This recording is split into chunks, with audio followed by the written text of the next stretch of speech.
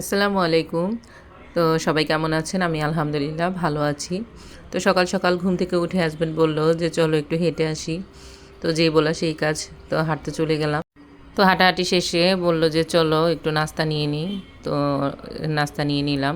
আসলে ওখানে বসে খাইনি যেহেতু বাচ্চারা বাসায়। নিয়ে নিয়েছি বাসার জন্য। তো আর সাথে একটু চাও নিয়ে নিয়েছিলাম। তো অনেক মজা হয় চাটা। আর কিছু কেনাকাটা বাকি ছিল। তো ঘরের সসগুলো শেষ হয়ে গিয়েছে। আর বাচ্চারা যেহেতু আজকে আবদার করেছে ফ্রাইড রাইস, চিকেন চিলি খাবে। তো এখানে চিকেন চিলির প্রস্তুতি নিচ্ছি। তো মুরগিগুলা সব কিছু দিয়ে মাখিয়ে নিচ্ছি মশলাপাতি দিয়ে।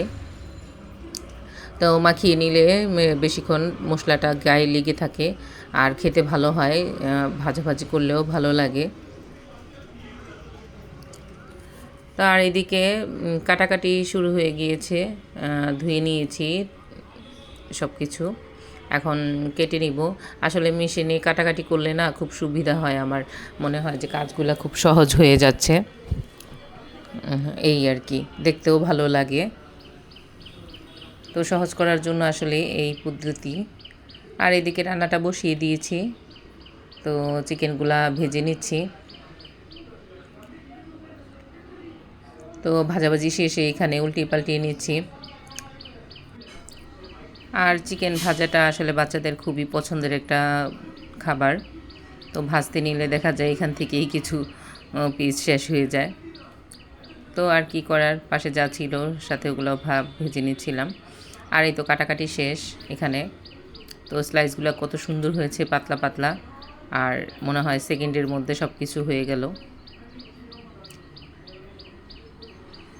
তো এই তো সব কিছু গুছিয়ে নিয়েছি একেবারে, যাতে রান্নাটা বসিয়ে দিতে পারি সুন্দরভাবে। আর এখানে চালগুলা আগে সিদ্ধ করে নিয়েছিলাম ঠান্ডা করে, যাতে ঝরঝরে থাকে। তো এখানেই তো ফ্রাইড রাইস বসিয়ে দিয়েছি। তো ফ্রাইড রাইসের জন্য ভাজাভাজি শুরু করে দিয়েছি। আর এদিকে চিকেন চিলি ছিল, চিকেন চিলি বসেছিলাম। তো চিকেন চিলিটা রান্না করা শেষ। দেখতে খুবই লোভনীয় লাগছে, আসলে খেতেও খুবই ভালো হয়েছিল, ভালো লেগেছে। তো সারাদিন এভাবেই খুব ব্যস্ততায় কাটলো আমার। তো এদিকে ফ্রাইড রাইসটা হয়ে গিয়েছে। ফ্রাইড রাইসটা আসলে খুবই ঝরঝরে হয়েছিল। আর ফ্রাইড রাইস ঝরঝরে না হলে আসলে খেতে ভালো লাগে না। তো এই তো রান্না বাড়া শেষ, এখন খাওয়া দাওয়া করব। তো অবশ্যই জানাবেন আমার রান্নাটা কেমন হয়েছে। তো আজকের মতো এই পর্যন্তই। সবাইকে আল্লাহ হাফেজ।